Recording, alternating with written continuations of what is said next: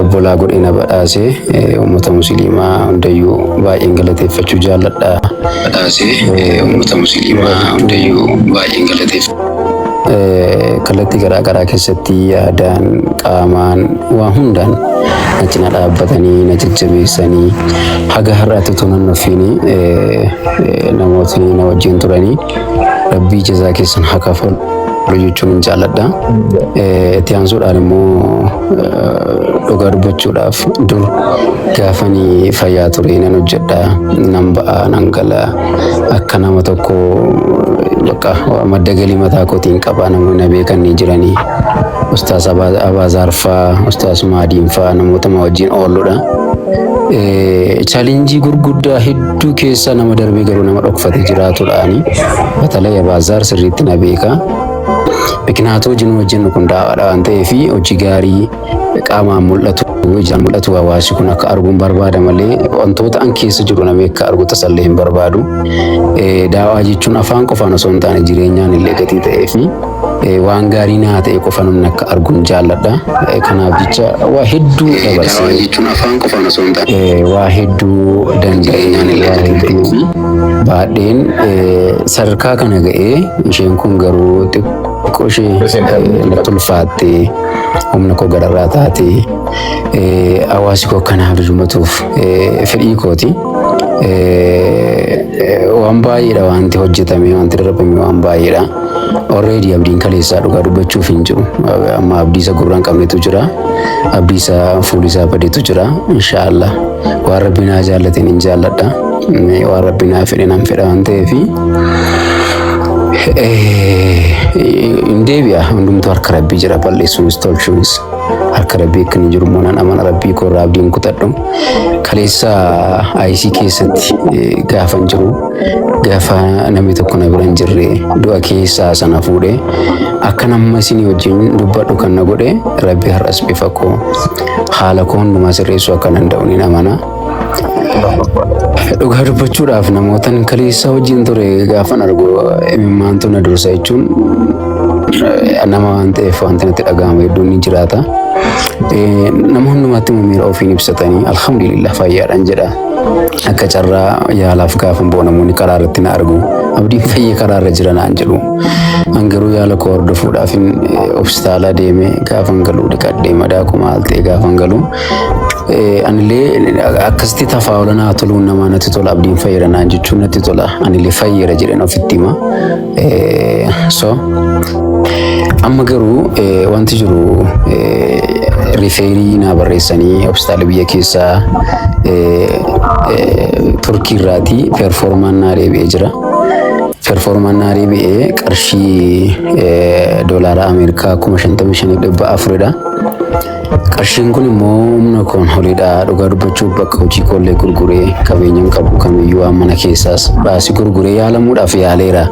Beeka Sultaan Alkeeriin beeka Abaazaariin wallaahi guyyaa tokko qarshii 40,000 qabaa shaashamannee sagantaa futuu deemaa jirru kaashii baadhee deema jechuudha qarshii 40,000 kadhataa futuu irruu dubartoota karaa irraa rakkatanii futuu daa'imaa futuu wallaahi gaafa shaashamannee ga'u qarshii 40,000 sun na harkan jiru. Kana warra na bira jiru beeka warra akka Sultaan fa'aa Ustaas Maadii fa'aa Abaazarii fa'aa beekanii kun iddoo namni jiru tanaasaa jira waan ta'eef ijoollee shaadaa qabatan namoota lakkoofsa hin qabne kan mana kiraa irraa kaffalu kan gargaaru kan ba'aan isaanii hundumtuu narra ture kana bareechanii namoonni as keessa jiran beeku. Har'a immoo carraan akkas ta'e waan jechuun waan nama salphatu jira waan ulfaatu jira. So maallaqi kun maallaqa guddaadha. Yoo walitti dhufne garuu waan xiqqaadha waan ta'eef mormi koo baay'ee na dhukkubaa amman of gajjachuu dadhabutti amman ofirra naanna'uu dadhabutti amma kunoo Suudii Jamaal fana bira jiru na arganii qaamaan kun na bira bulanii wal jirra jechuudha amma. Gurri koo bitaan irra hin jiru iji koo bitaan na rakkisa. So kun immoo waan hojjetamuu danda'udha. Hospitaalillee hojjetamuu danda'a jedhee waan itti amaneef maallaqa kana murteessee asii asuma deebisee jira jechuudha. Nama qalbii qabuuf abbootiin qabeenyaa musliimii qabu namni 10 yoo jiraate kun omaayyuu amma kanarratti nama naasofsiisu.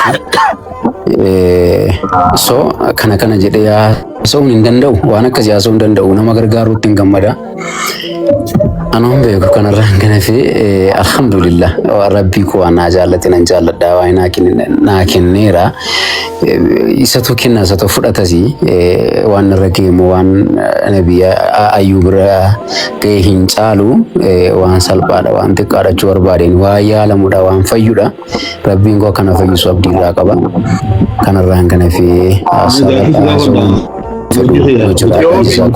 amma wanni kun wanna beellama qabamoo Ardalleen hin danda'a. Sun gatii maallaqii bakka sana nuun geenye firrina maallaqa waan qabuuf ta'aa jira malee ardalleen hin danda'a pirooses gochuu.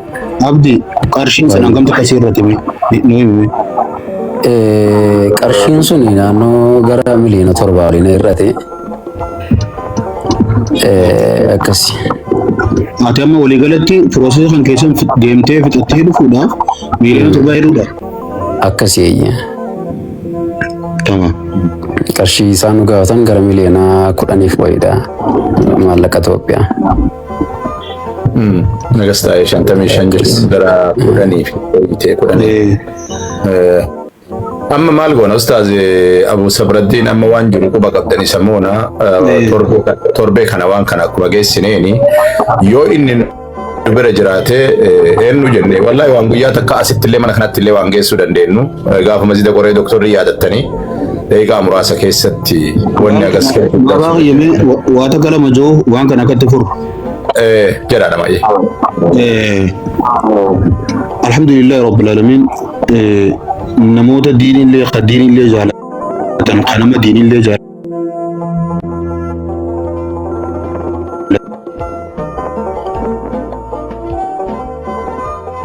Dunutti amman tana haalli amma jiru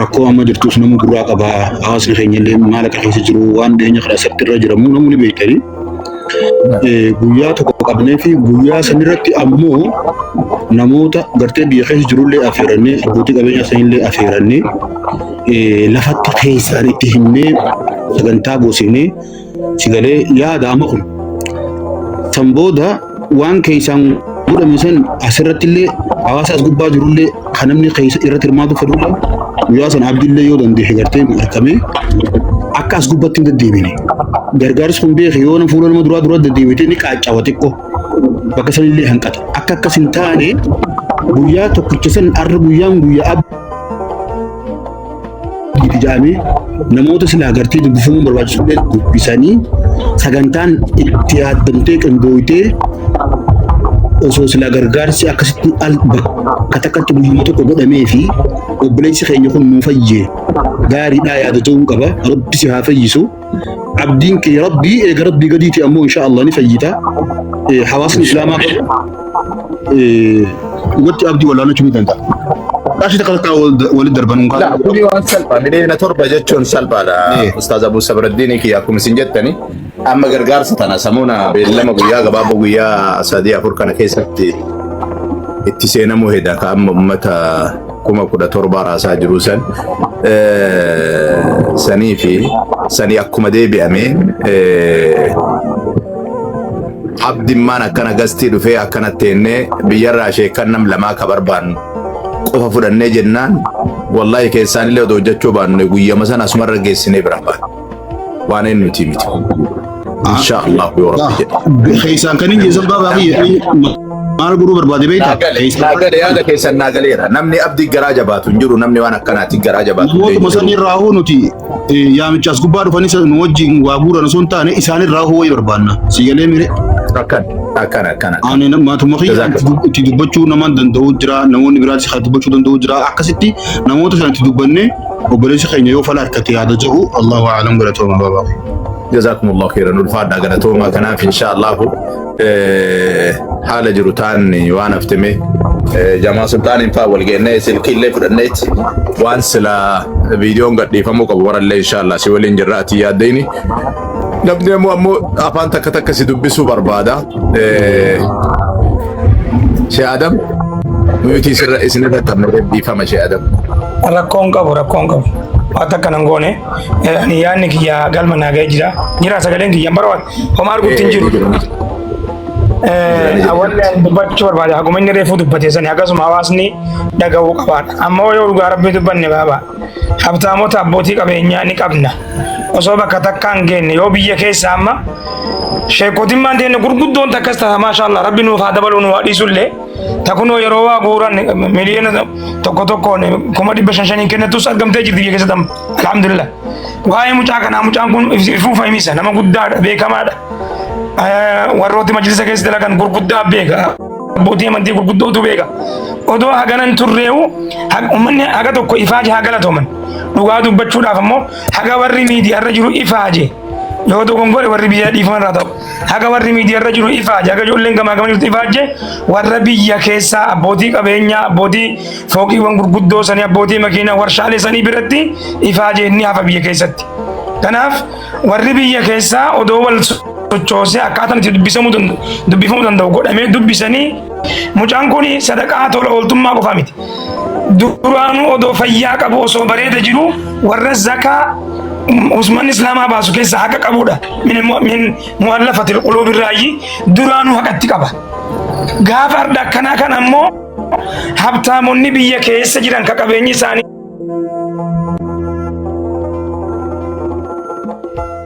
zakaa gahe odoo namni tokko isaan qaba isa kanaaf kennuun dirqama isaa ta'a. Kanaaf irratti